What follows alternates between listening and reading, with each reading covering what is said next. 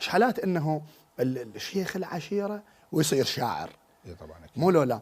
هذا تحياتنا لعمنا العزيز راهي سعيد الناطور، ثلث نعم. هذا من شيوخ آل شبل، هم وهم شاعر معروف. موش هاي القوالة تقول هم خير وهم قضايا عتبات، هذا الاثنين.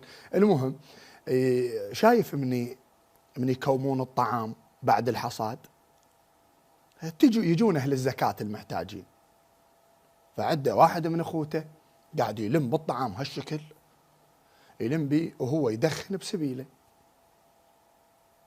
واجا واحد قطع عليهم. يا حبة المشاهدين مرات تسألوني على هاي المفردات، الورشنة والقطع والمرق، أنا متقصد أسولف حتى أريد نقول يابا ترى هذني مالاتنا.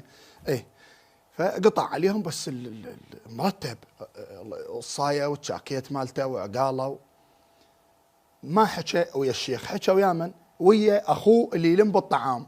إيش قال له؟ قال له اللي يهدي وزنه بضيج يستاهل ضغار. اللي يهدي وزنه بضيج يستاهل ضغار، ومن الطعام الزين يتخير خيار. ولا الشيخ ذبذنا يمه، شيخ راهي الله يكتب سلامته ان شاء الله ويشافي، قال له يابا انا ما عبالي انه انت جاي على زكاة، فمع ذلك عمي هاي القفة انا قبل ارد اشيلك، بس هاي القفة وتشيل بيها انت على راحتك. يقول وراه التفت عليه طق القفه برجلك وقلبها اللي غاد. قال له ايش قلت؟ قال له قلت اللي يهدي وزنه بضيج يستاهل ضغار، ومن الطعام الزين يتخير خيار. قال له كل اللي يقول لك تشيل بالقفه طماع، اكنسها بد ما ريت حبايه بالقاع.